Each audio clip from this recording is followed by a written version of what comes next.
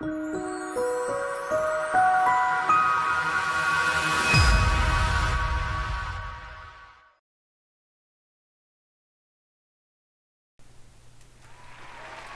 the name of Jesus.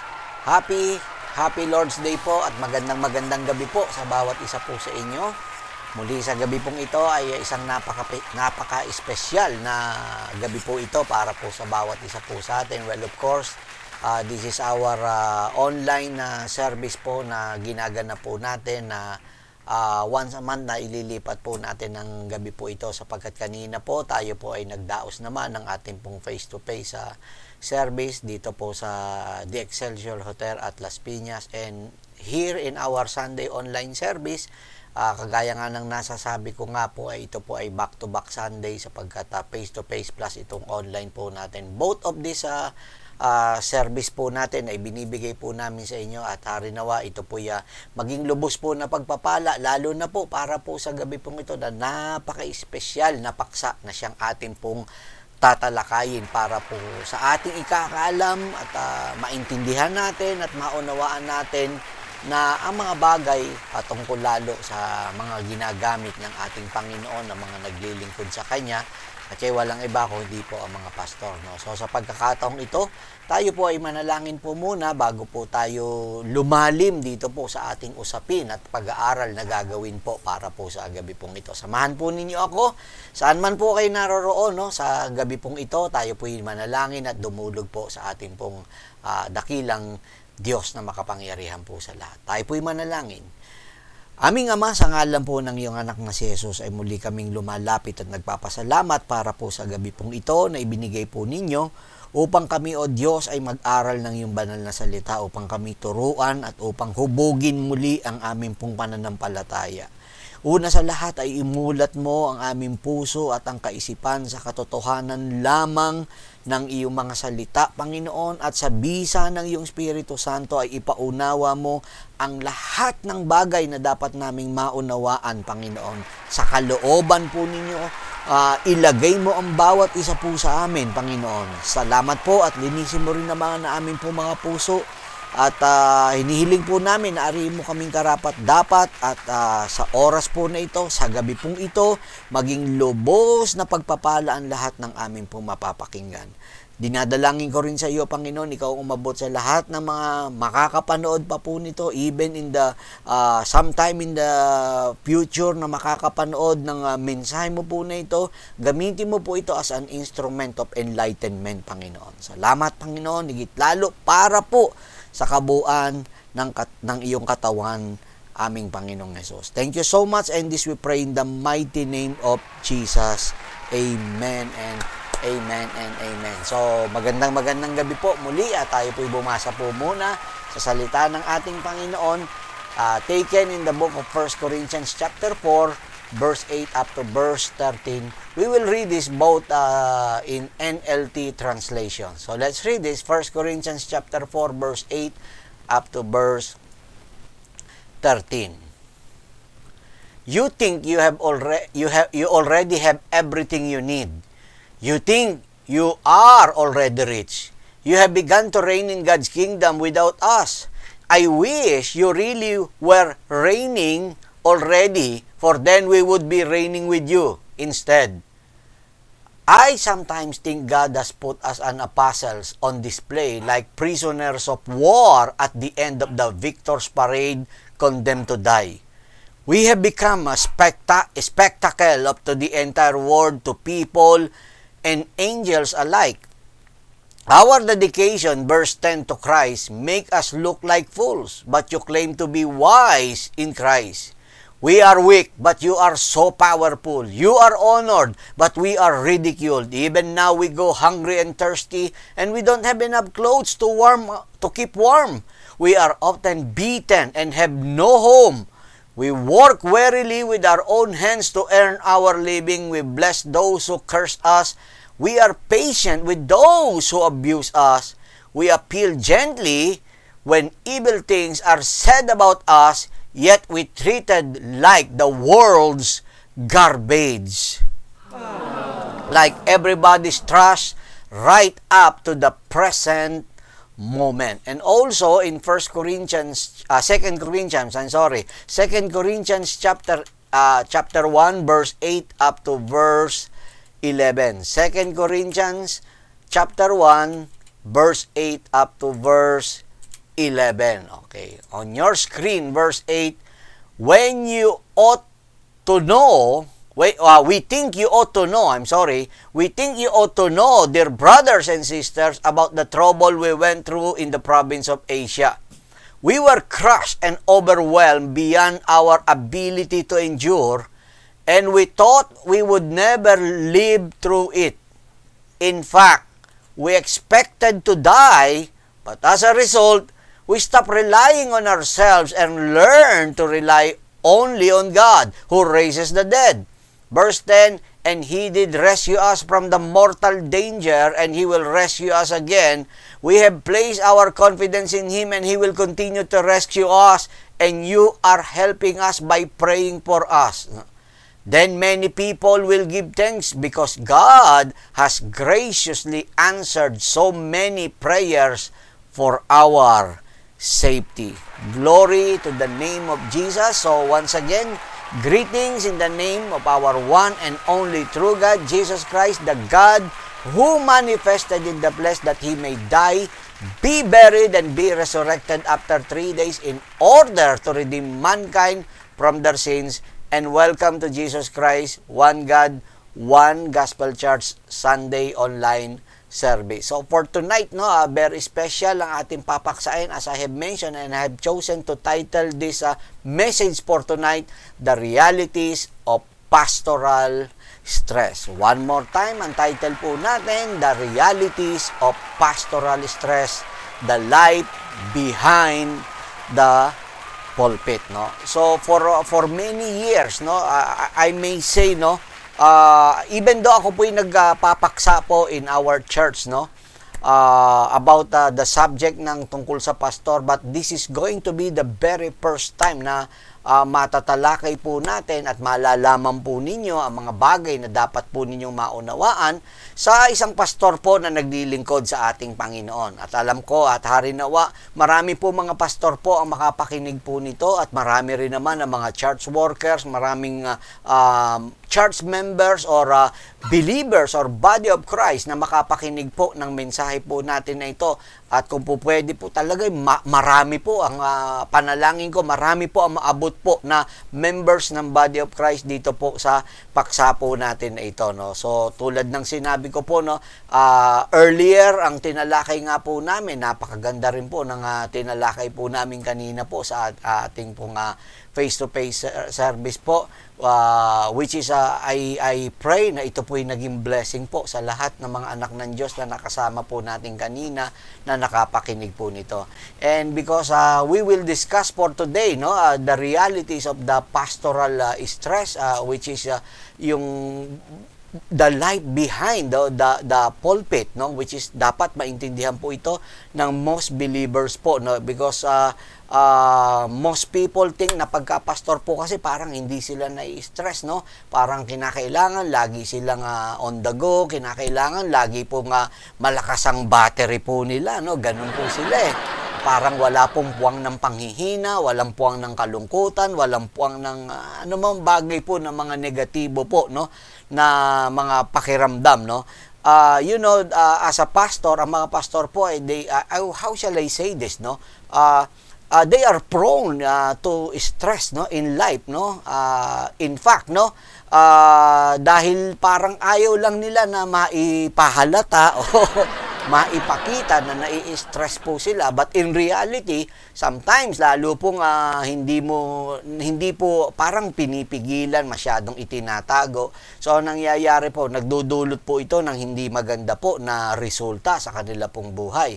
And as a result of stress, and disregarding especially this teaching na mapapakinggan po ninyo for tonight, if you are about to disregard this teaching, this message for tonight, marami po mga church leaders po ang hindi nyo po malalaman na lang, at kung malaman nyo lamang, huli na, that they will develop or they've been developing health problems like heart attacks, no, strokes, or whatever type of infirmities na meron po sila.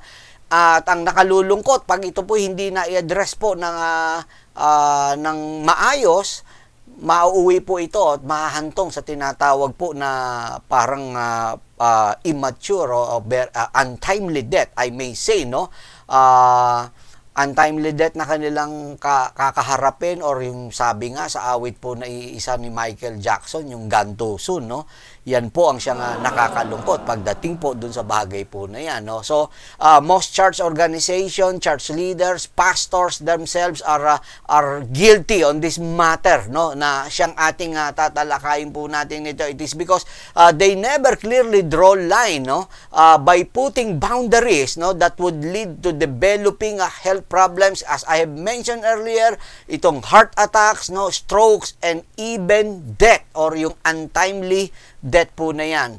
Now, today, no, sa panahon po natin ngayon, at as I am speaking to you right now, no, pastors and other ministry leaders, no, I may say, are frequently under so much pressure, no. So today's pastors are under a lot of pressure, and other ministry leaders, no. So parang lagi silang nasa bingit ng kamatayan, parang ganun. Lagi silang nasa gilid na parang lagi po silang mahuhulog.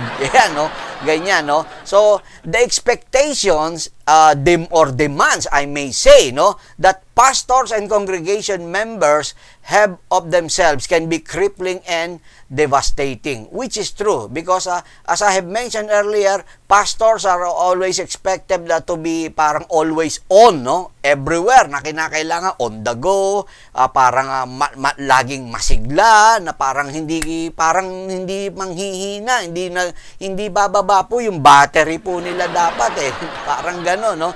So, they are always ready to provide outstanding leadership, na kinakailangan meron silang unwavering compassion, na kinakailangan pag pastor ka, your message is always parang energizing, parang ganun na parang lagi na lang, every time na tatayo, talagang revival ng revival po ang idinudulot po, no? Ganyan po, no? That they will, as a pastor or as a ministry leaders, they will always utter anointed prayers, parang ganon, or words of support. Yan yung mga tinatawag nating expectations po sa mga pastor, no? But you know, kung ating pong pag-aaralan po, lalo na po doon sa mga nagbigay ng maayos at tamang panahon at masusing pag-aaral para po sa paksa po na ito, malalaman po ninyo by statistics po, no? Hindi sa ano po mambagay, that pastor stress paint a depressing picture, no? You know, lahat po ng pastor gusto niyan, masaya yan na naglilingkod sa ating Panginoon at sa kanya pong kapwa. Now, serving others may cause us to experience stress or depression or compulsive and sinful behavior, no? So, makikita po ninyo yan na alternatively, we might experience spiritual dryness, kasama po yan, mararanasan, ministry fatigue, I may say, resentment to God, nangyayari rin po yan, or spiritual stagnation, kasama po yan, or what we may call burn out. Yan ang siyang nakakalungkot. So, for tonight, no, I will try to explain everything. I will try to give a lesson at the same time, or a bit of advice, o halimbawa maging eye-opener ito pong message po na ito sa lahat ng mga nanonood, lalo na kung mananampalataya. Tiyak na tiyak may pastor ka, no? Hindi man ako ang pastor mo, pero tiyak may pastor ka. Basta ikay mananampalataya, meron pong pastor na itinalaga po ang ating Panginoon sa buhay po ninyo. Kaya makinig po kayo maigi po at maunawaan po ninyo ito pong bagay po na to na siyang ating pong papaksain. Nang sa ganun po, paano po tayo makakatulong una sa ating Panginoon, and of course sa mga lingkod ng Diyos, sa mga pastor na ginagamit po ng Panginoon Diyos na makapangyarihan sa lahat, sa buhay po ng bawat isa na mananampalataya. So, let's get started po para po maintindihan po natin itong bagay po na ito. At harinawa, mapagpala ng banal na Espiritu ang lahat ng inyong mapapakinggan, tumimo sa inyong puso, sa inyong kaisipan, no? Ang lahat-lahat ng aral po para po sa gabi pong ito. So, let's talk about first, no? For ministers, pastors, and preachers, burnout and stress are realities. For ministers, pastors, and preachers, burnt out and stress are realities, which is true. Totoo po yan, no? Ito po hindi po maitatanggi ng kahit na po sinong pastor. At harinawa, kagaya ng sinabi ko po, may pastor po sanang nakakapanood po ng mensahe pong ito. At ito po may katotohanan at hindi po natin maitatanggi ang katotohanan ito na para sa lahat ng mga ministro, mga pastor, lahat ng mga ngaral, ang burnt out at ang stress po na ito ay isang napakalaking katotohanan para po sa kanilang mga buhay, no? So, let me share you as sad stories of ministers and pastors and preachers, no? So, ano po yung mga nakakalungkot na istorya po na ito? Because anyone can experience what happened to someone else, or I may say, pastors are not immune or exempted from life's realities. Na whatever happened to everybody can also happen to pastors, to ministers, to preachers. No, hindi sila exempted, no? Though we have this parang sometimes we have this strong presumption na kapag ka pastor exempted sila from life's realities, which is a very very wrong kind of thinking, no? So let me give you an example, no? Ito po meron po isang pastor na kung saan siguro for about how many years na rin nakalipas na itong pastor na to, nangangaral po siya, no? At sa kanyang pangangaral, nandun siya sa kanyang iglesia, parang energetic na ibinibigay niya yung mensahe ng ating Panginoon, no? And then the people of God are enjoying the message na binibigay nitong pastor po na ito, and suddenly, nagulat po sila, bigla pong nanigas na lang po habang nagsasalita ito pong pastor po na to, at hindi niya po mabuksan yung kanya pong mga mata at kinakailangan pandalin po siya sa ospital para po mai-address po yung kanya pong kinasapitan po na yon. Pangalawa, meron din naman pong isang pastor na kung saan na nagnais naman po siya na siya naman po mag-ayuno po. Kaya lang medyo mabigat po ito pong diniser po nitong pastor po na ito, no? Ang gusto niya po makapag-fasting po siya ng 100 day, no? Fasting. Medyo mabigat din po ito pong bagay po na to. A word of caution to all of the ministers like me, to all of the pastors like me. Please po, no, desire is not enough, no, to engage especially in this kind of fasting po. Yung tinatawag po na long fast, you really have to be sure, you really have to make it sure that the Holy Spirit, the Lord Jesus Christ Himself is leading you para po dito sa makapag-engage po kayo. Whatever fasting, whether, especially this long fast po na to, 100 days, no? So, ito pong pastor po na to, nag-fasting siya, umakyat pa po siya sa bundok para magkaroon po siya ng ma-isolate siya, no? From the noise of the cities, no? Na parang naroroon, no? Sa kanya po, at pagkatapos po, on the third day ng fasting po niya, okay pa po siya, lumipas po yan, umabot po ng pagkahaba-haba, no? Ito po pag-aayuno niya po na to, nagkaroon na po siya nung tinatawag po, nag-start na po siya na parang mawalan na po siya ng ulirat, at nag-start na rin po siyang nanginginig na rin po siya, hanggang sa hindi na po siya nakapagsalita, no? Hindi niya na maigalaw yung kamay niya, hindi niya na maigalaw yung kanya pong mga legs, yung mga paa po niya. In short, no, na-discover po yung kanyang sugar level po ay nag-reach po into its maximum, no? And then from what he experienced, and of course ay hindi po maganda po yun bilang isang pastor. And another pastor na nagpi-preach po na very energetic rin in giving in one of his fervent sermon dito sa congregation po na to, na-invite po siya, and it really happens here in our country, no, dito po sa Pilipinas, somewhere in San Juan na nangyari po ito, no? Itong pastor po na to, galing pa po ito ng Amerika po, na na-invite dito sa Pilipinas para po mangaral. And then all of a sudden, nag-collapse din po itong pastor po na ito. And then, imagine, no, isang lingkod ng Panginoon, namatay po, instant po, dun sa pulpit po. Well, why am I saying all of this, no? It is because, ganun po talaga, we're not exempted, no? Na pagdating po dun sa lahat ng mga bagay po na mga ganyan. And then, is another pastor naman, nagpa-check up naman po siya after ng kanyang medical examination, although he's only 50 years old, lumabas po sa kanyang examination po, na yung resulta po, nung kanya po nga examination na ginawa, 50 years old siya, pero yung kanya pong puso po ay as if 80 years old. Well, of course, nakakalungkot po. Yung mga bagay po na yan po'y kinasapitan ng isang pastor na naglilingkod sa ating Panginoon, no? So, itong mga bagay na to ay bakit po nangyayari? Itong mga malulungkot na istorya po ng isang pastor na yan na binanggit ko po. Bakit nangyayari po, mga kapatid kaibigan, no? Mga mananampalataya, you may be asking, why all of those things happen in spite of the fact that they were man of God, they've been anointed freshly by the Holy Spirit, guided by the Holy Spirit, empowered by the Holy Spirit, but why all those things are happening to those people who serve God, just like nga yung mga pastors po na yan. You know, these are all the effects of stress, overwork, and a lack of work-life balance among gospel ministers rather than spiritual attacks, no? So, yan po yan.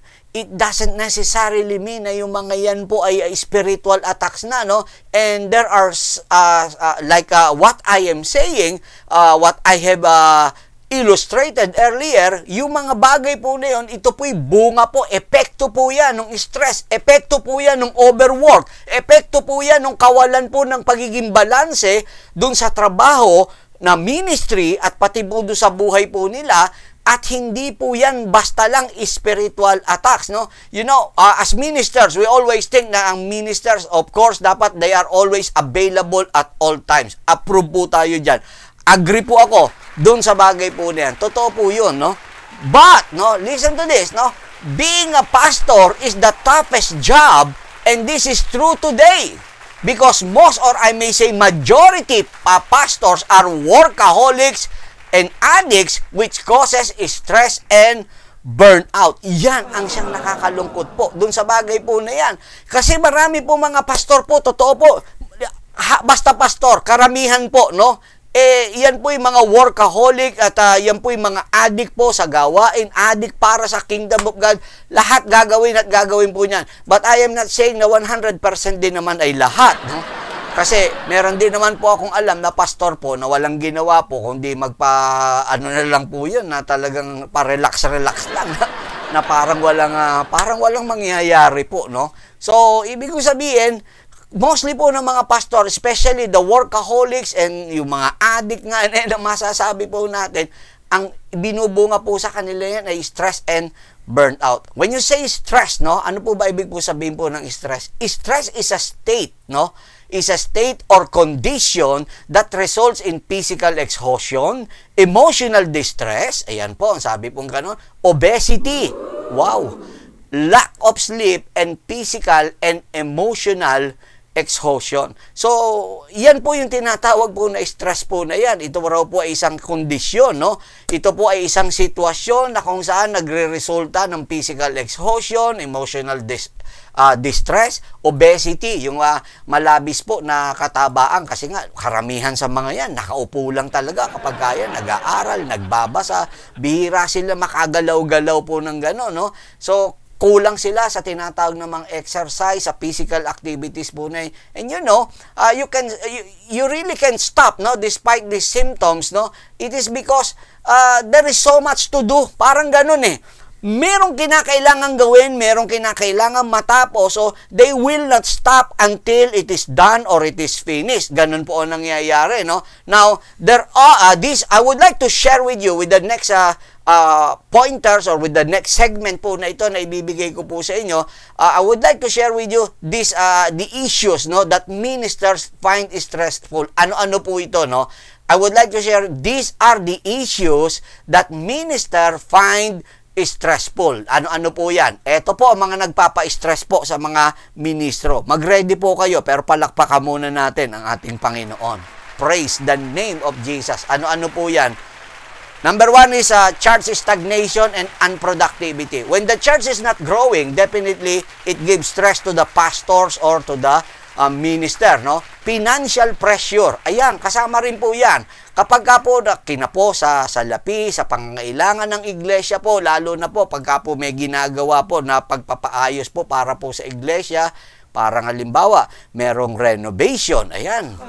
Siyempre po, yung financial pressure po niyan, o pagpapatayo ng church, whatever po, meron po yan, no?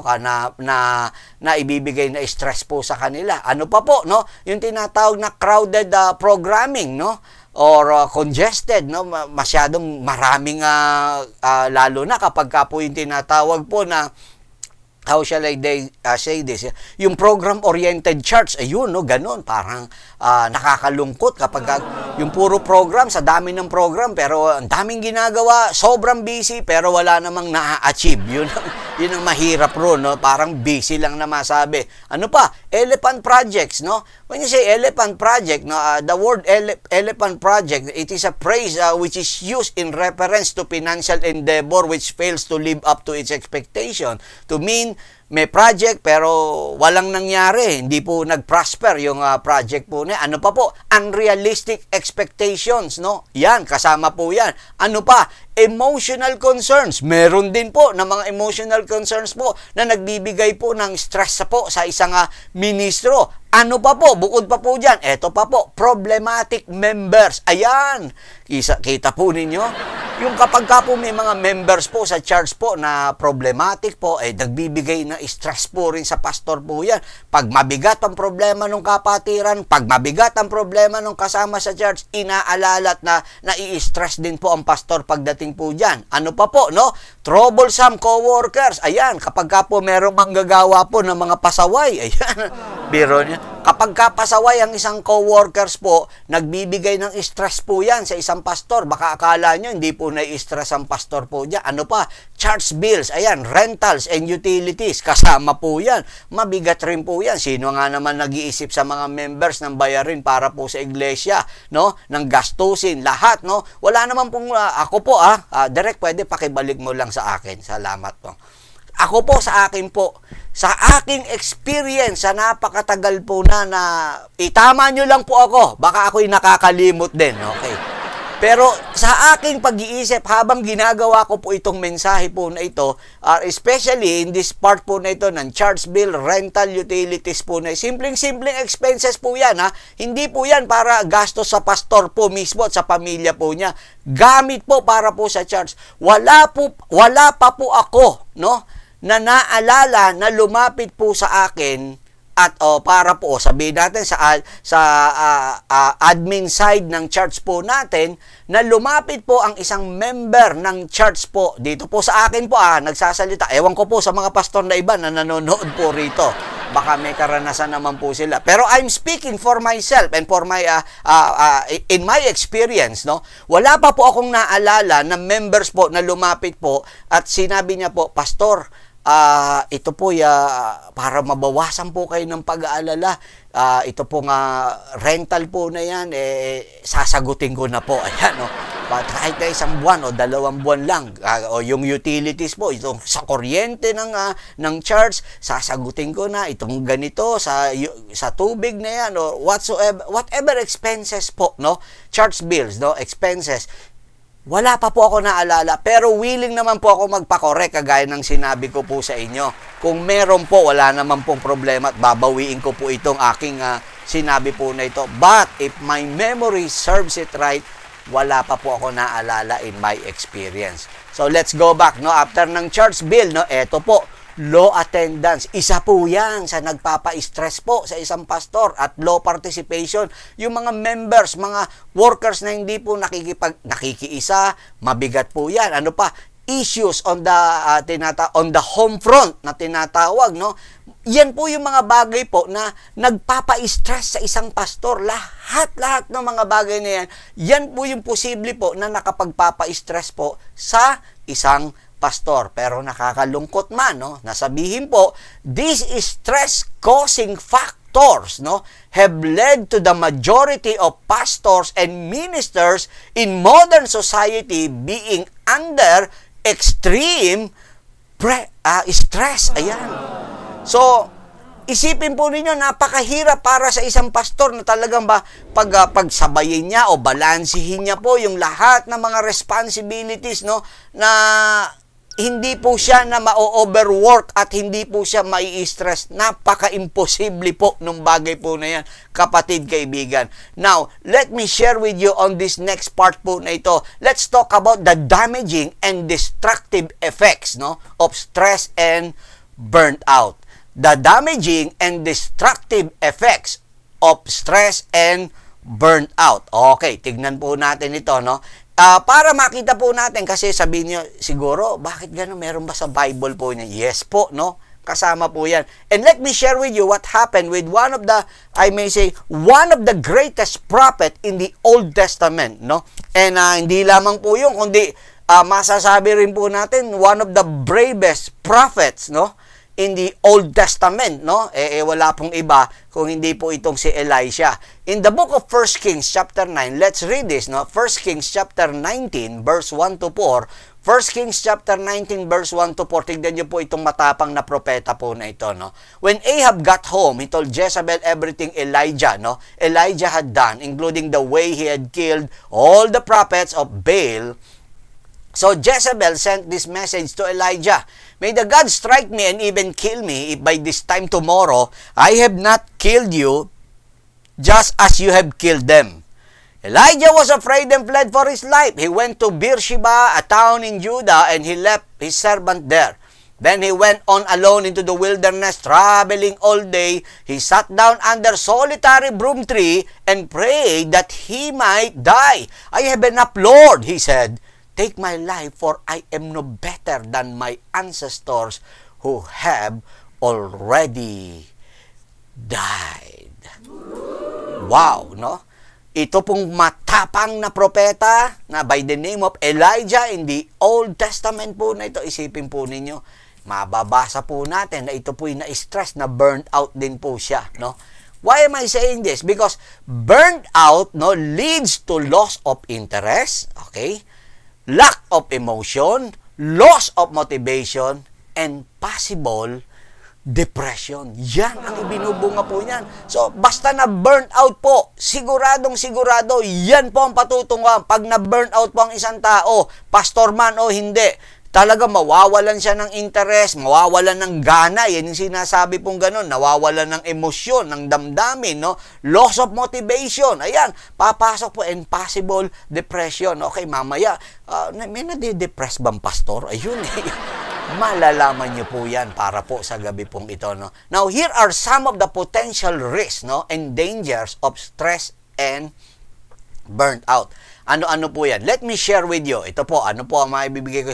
Poor health, isa po yan. Makikita po natin. When you say poor health, definitely papasok yan. May stroke, high or low sugar levels, papasok po yan. Obesity, kasama po. Ano pa ang binubunga po niyan? Family crisis, no?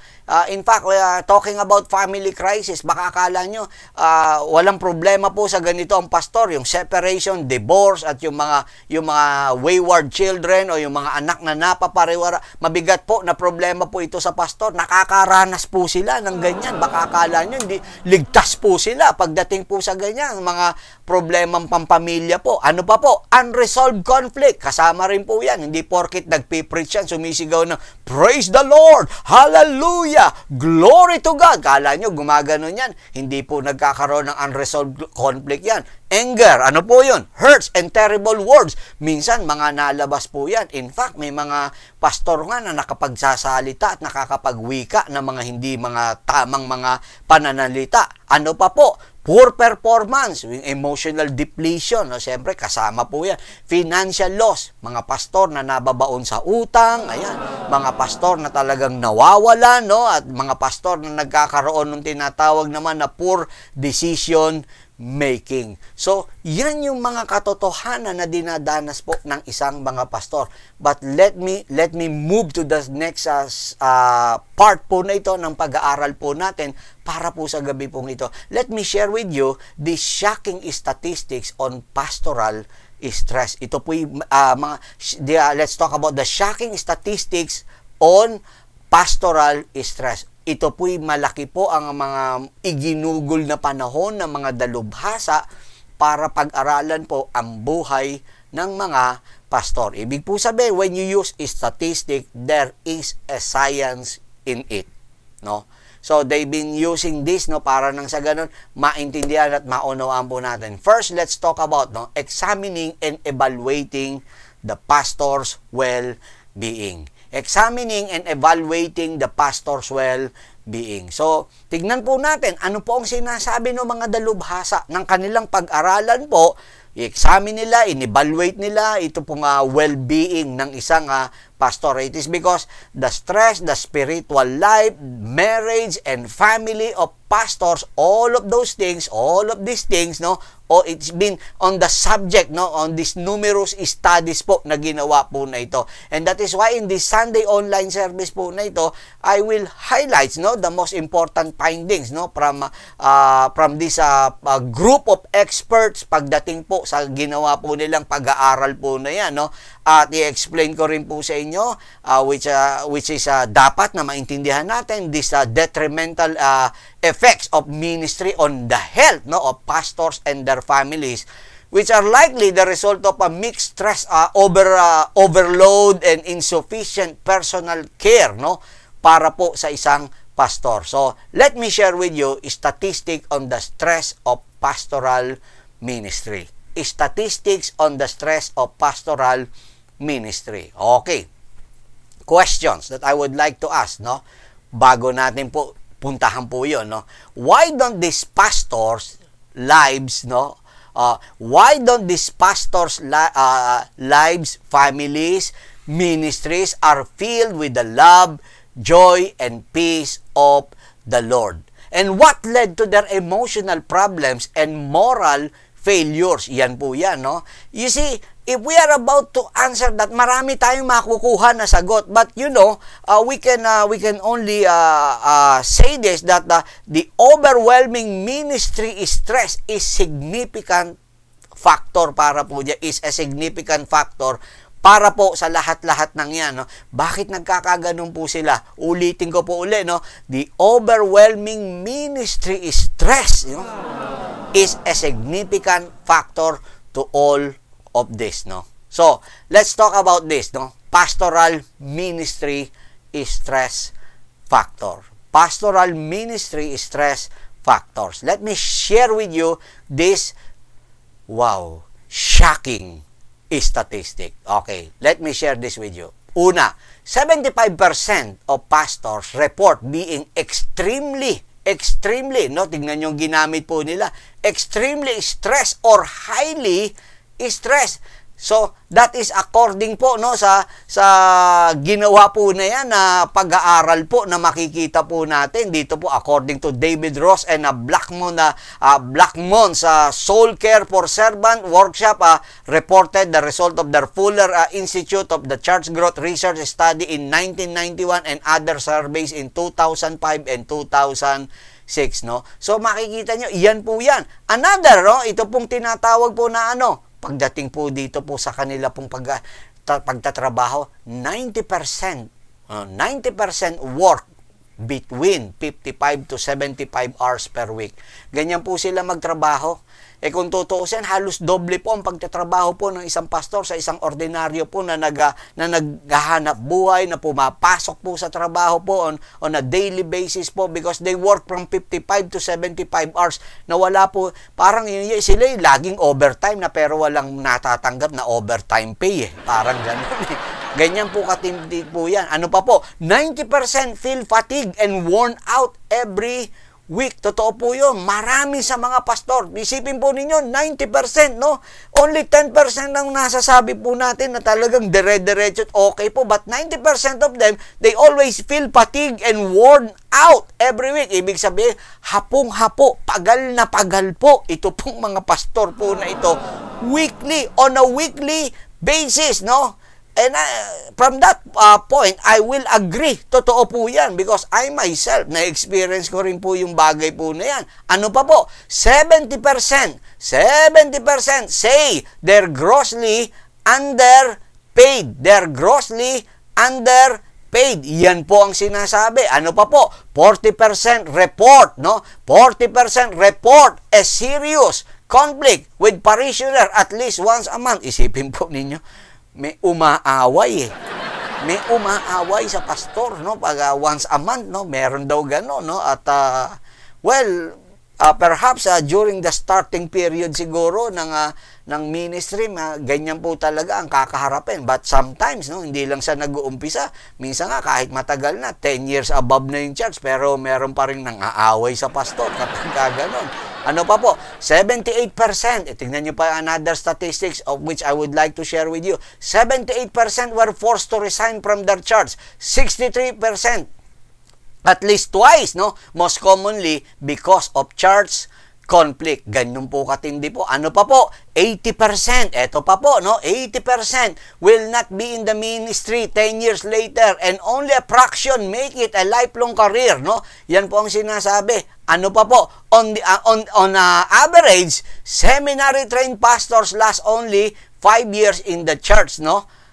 Ministry. Grabe po ito pong statistic po na to. 80% lang sinasabi po nila, sa 80% raw po, within the next 10 years po, ay titigil na po sa pagpapastor. Nakakalungkot po yan.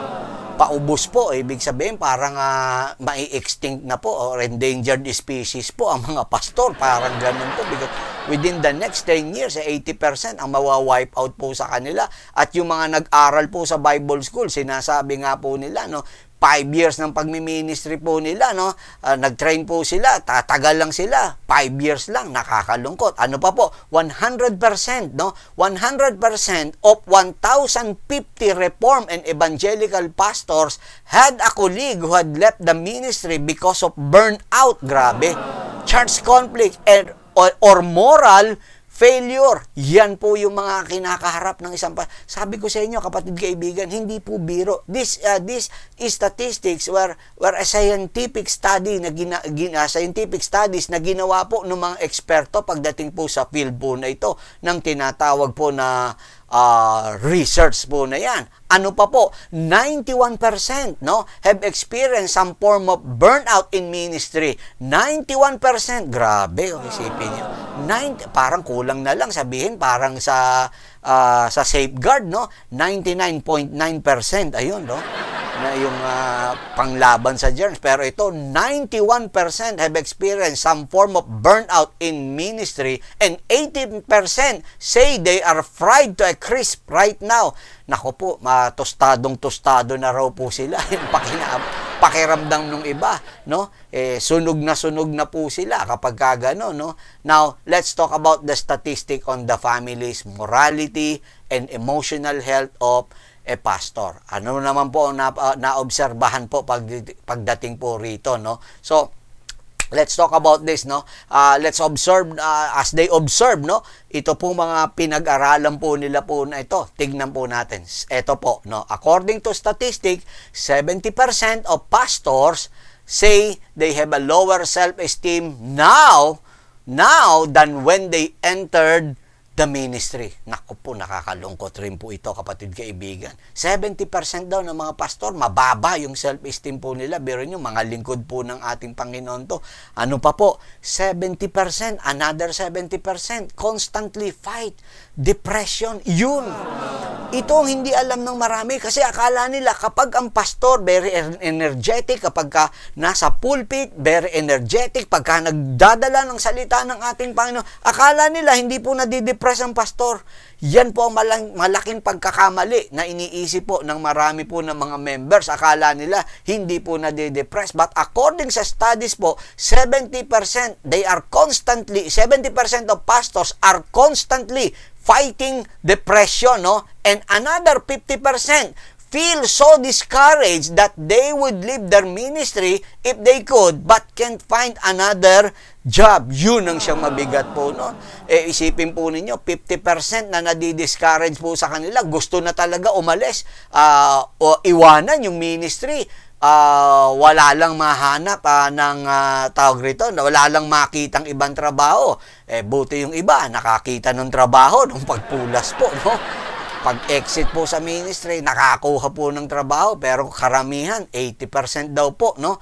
Or 50%, I may say, kanina na binigay, talagang gusto ng umexodus po talaga, wala lang po makuhang ibang trabaho. Yun ang nakalulungkot para po sa kanila. Ano pa po?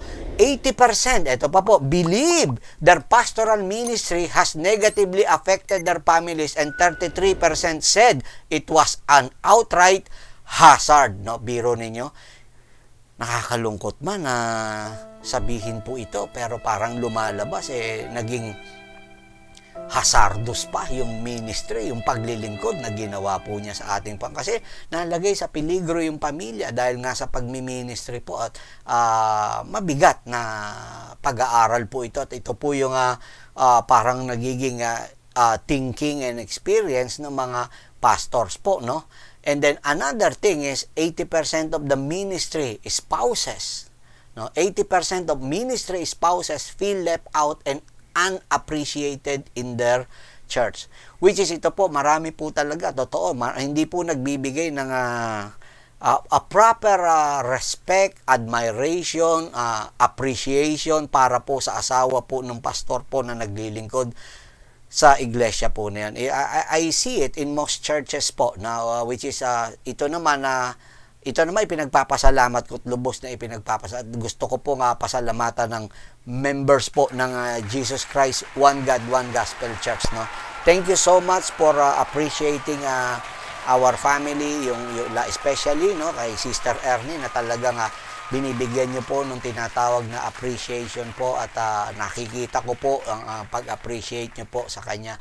I am really thankful, and we're thankful and blessed para po dun sa bagay po na to.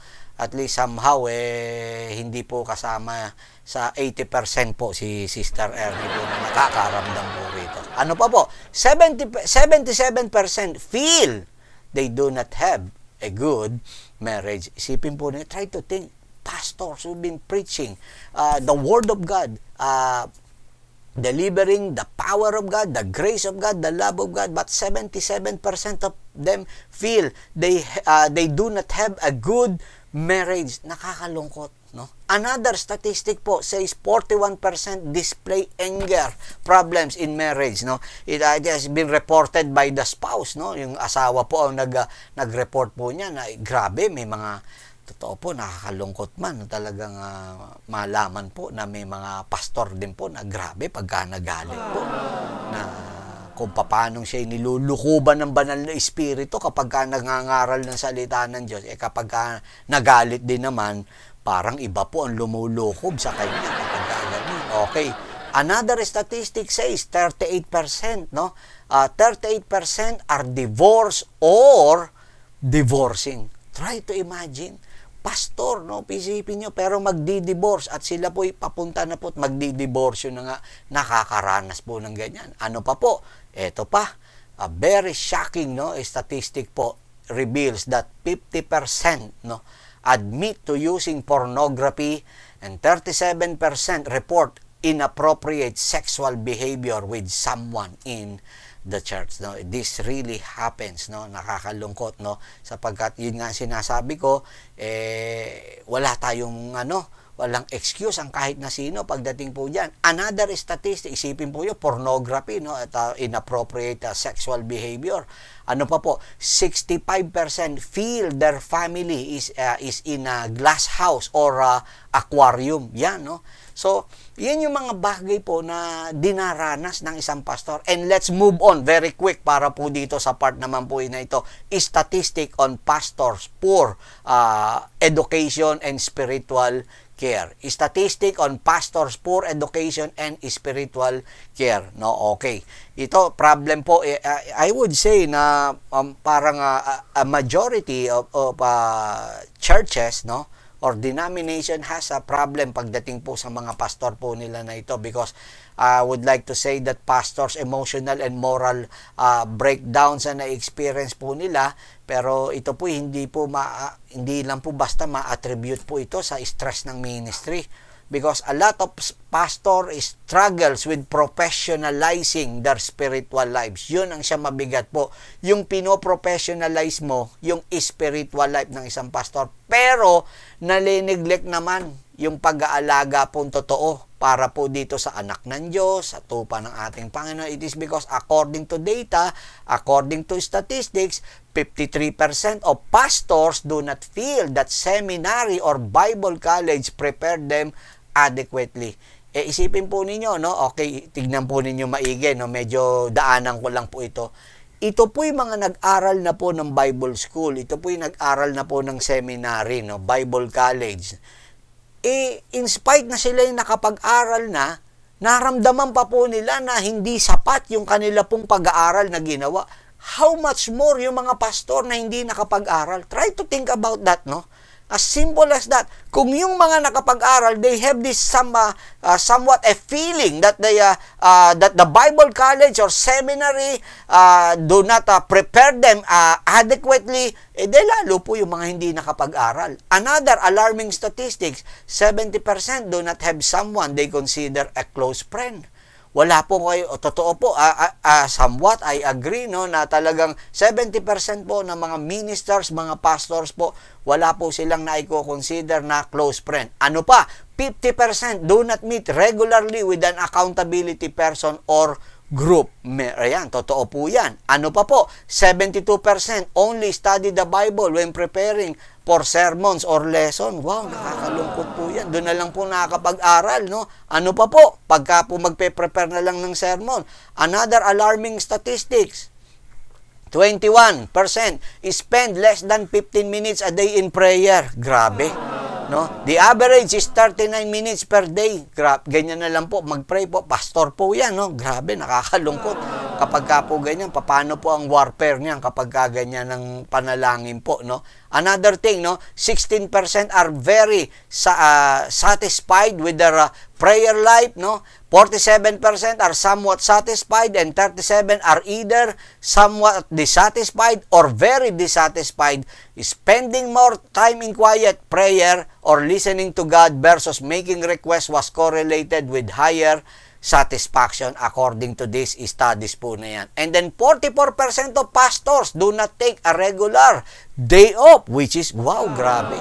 Walang day off. Paano yan kapag walang day off? Grabe po ang mga mararanasan kapag walang day off. Siyempre po, no? Ano pa po? 31% do not exercise at all. Grabe. Natawa ko dito, no? 31% do not exercise at all, while 37% exercise at least 3 or 4 days a week as recommended. Biro nyo, dapat pala 3 to 4 times a week nag-exercise. Kaya lang, karamihan po, ako, tingin ko, hindi lang 31% ang hindi nag-exercise. More than po, baka sa akin lang po, siguro baka nasa 75% ang mga hindi talaga, wala talagang ka-exercise. Ano pa po? 90% say that they do not receive adequate training to meet demands of ministry. Ano pa po? 85% have never taken a sabbatical leave na tinatawag po na yan. Grabe po. Mabigat po. Totoo po yun na talagang bihira po sa churches po at mapapalad po yung mga churches po na kung saan nagbibigay po sila ng sabbatical leave sa kanila pong pastors, no? At yun, blessing po sa kanila yun. Nung meron po sila na gano'n, no, ako, dito sa church, no, I've been in the ministry of more than 2 decades po, pero masasabi ko po, yung talagang literal, yung talagang prescribed na sabbatical, never in my entire ministry po na naranasan ko rin po ito. Yung talagang sabbatical leave for the purpose, no, of that sabbatical leave po, wala po akong na-experience, no. Ganun ang buhay. Wala tayo nagagawa. Okay. Ano pa po, pero dapat ayusin po ito. Totoo po, naniniwala to all believers, church leaders, no, ministers, no, pastors, dapat ayusin po natin ito pong bagay po na to. Para nang sa ganun, matagal pa po tayong magamit ng ating Panginoon. Another thing, no, more than 1 in 10. Ito, I think dapat maintindihan natin to. I'm about to finish, no. More than 1 in 10 pastors admitted to contemplating suicide in the past years. According yan sa almost latest, no, na 2021 Pastoral Mental Health Report, no, compiled by Faith Life, which is ito pong Faith Life po na ito, sila po yung makers of Logos Bible software. Try to imagine, this is 10%, and this is very alarming, especially in this recent, on the past 3 years, I may say, no. Ako po heartbroken when I learn pastors, no, na talagang nag-commit po ng suicide. In fact, it happens, no, in a span of less than 6 months, no, a series of pastors, especially in the United States, na hindi mo maiisip sa isang lingkod ng Panginoon, and they committed that kind of that action po na yan, no, na by taking their own lives, no. Wala po akong masabi, no, speechless po ako on that part po na yan, but I believe na in these statistics that 1 in 10 pastors, na they've been contemplating suicide, no, especially kapag ka po ang isang minister, ang isang pastor po dumating po doon sa tinatawag po na midlife crisis, which is true, no.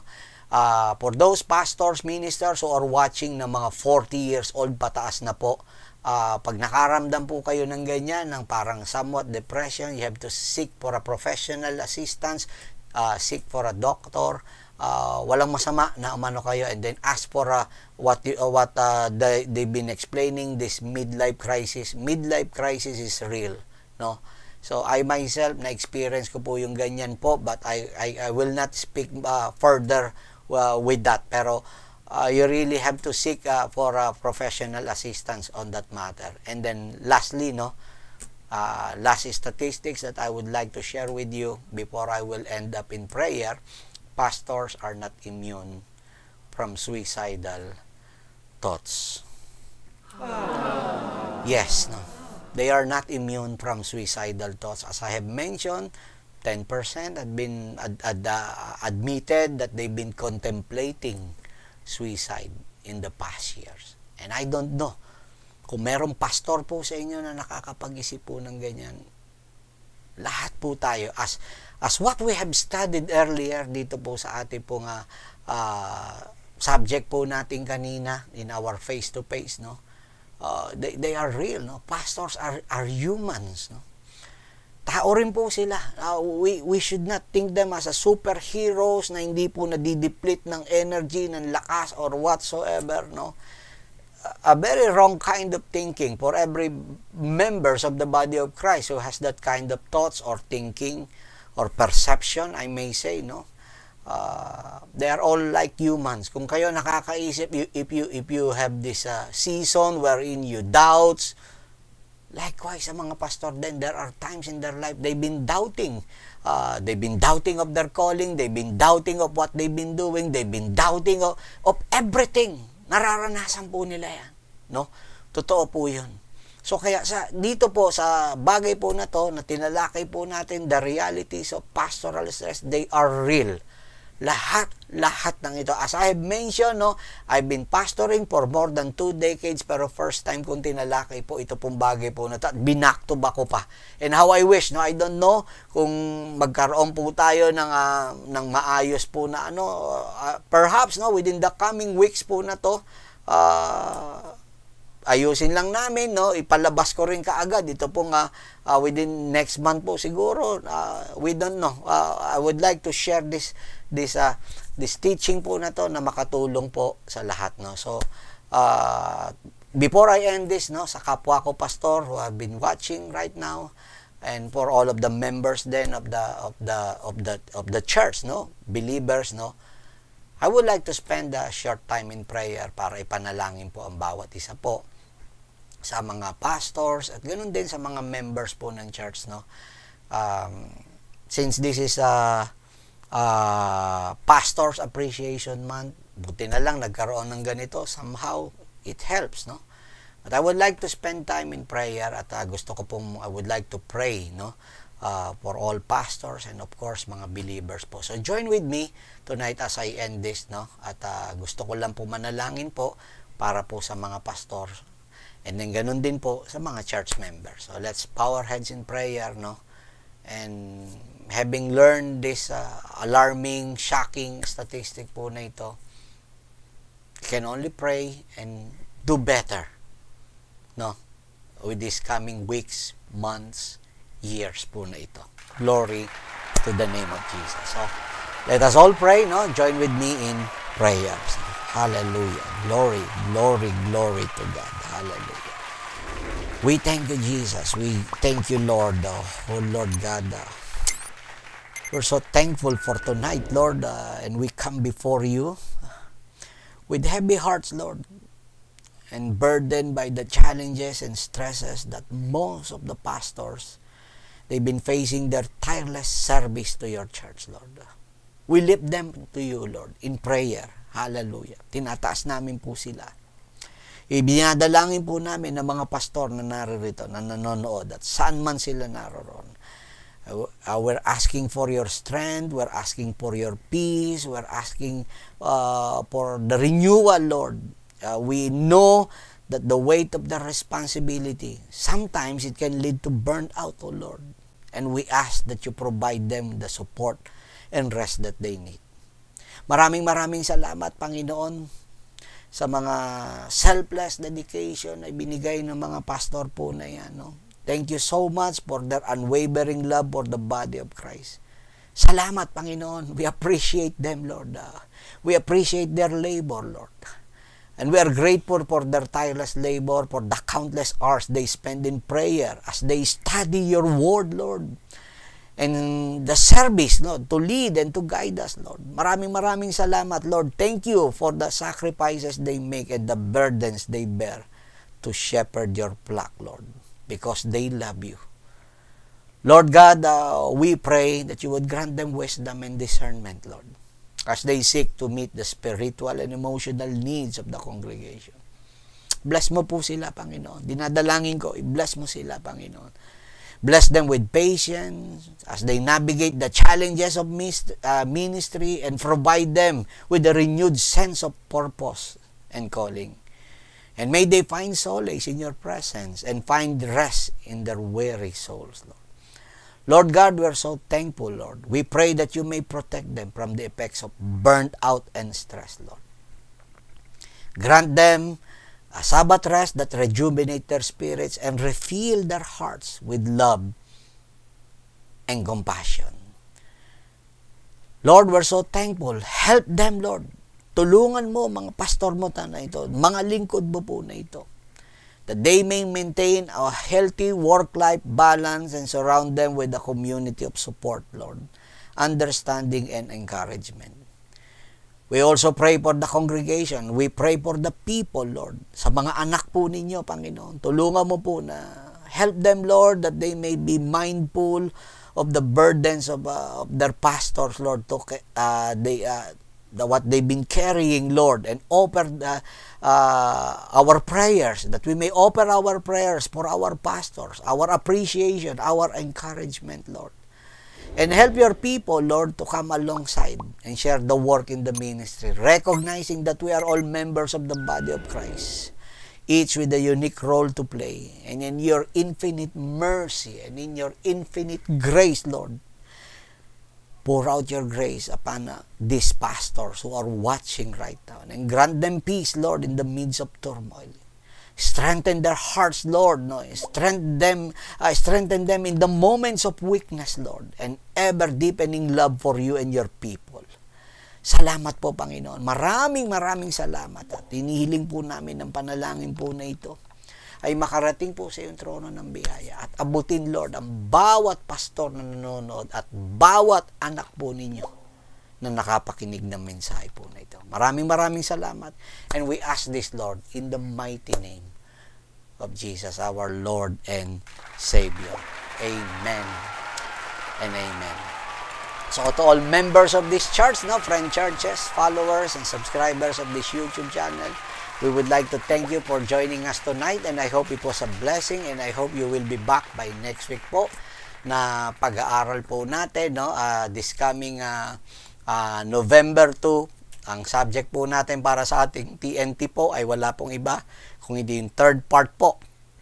Itong gospel, which is the title, Resurrection, receive the gift of the Holy Spirit, the third part of the gospel. And this coming Sunday, ito po ang tatalakayin po natin, ito pong Arbor na Sunday online service edition. One of our Sunday service online po na kung saan we have this what we call parang technical problems regarding the audio. So kaya inulit ko na lang so that you may receive the good word of our the good words, the encouragement that comes from the Lord. So maraming salamat. Well, that's the word of the Lord for tonight here in our Sunday online service. Until next week, God willing, this is Pama speaking for Jesus Christ, one God, one Gospel Church, saying, Baruch haba Bashem Adonai. God bless.